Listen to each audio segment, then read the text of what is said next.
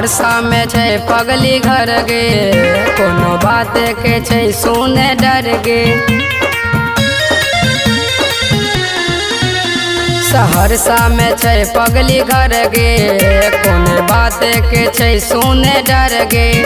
कोई बोलतो अगर हो जैतो मर्डर, भले टोली उड़तो 1000 में गे। के बोलतो बख्तियारपुर बाजार में गे पगली, के बोलतो सहरसा बाजार में, के बोलतो ई बलवा बाजार में गे पगली, के बोलतो ई राजनपुर बाजार में।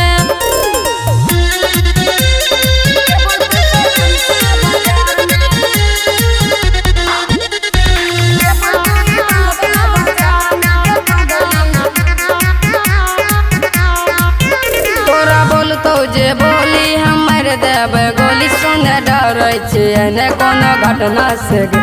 चलै छै हमर नाम गे, सब ठोकै छै सलाम गे, इसलिए लेबै जाके हम पटना से गे। तोरा बोलतौ जे बोली हमर देव गोली सुने डरै छियै ने कोनो घटना से गे।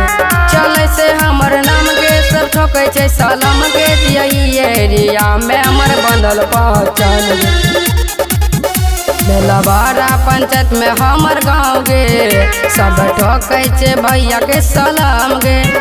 जग्गा यादव छियै, बड़ा भैया छियै, सहरसा में चलै छै नाम गे। के बोलते ई बलवा बाजार में गे पगली, के बोलते ई राजनपुर बाजार में, के बोलते बख्तियारपुर बाजार में गे पगली, के बोलते बेलवाड़ा ई पंचायत में।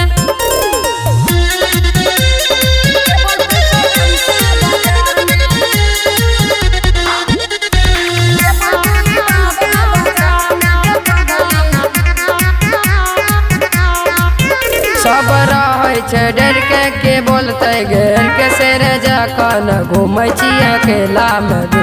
सब नेता विधायक हे खलनायक नाम चलै छै 38 जिला में गे। सब रहै छै डर के बोलते घेर के शेर जखन घूमै छियै अकेला में गे। सब नेता विधायक हे खलनायक नाम चलै छै 38 जिला में गे। कहो आशीष राजा बेदर्दी, कोई बोलतो उड़ाई देबो गरदी। हमर नाम छै दीपक, कर देबो भीतर, एक बार में भेजबो शमशान गे।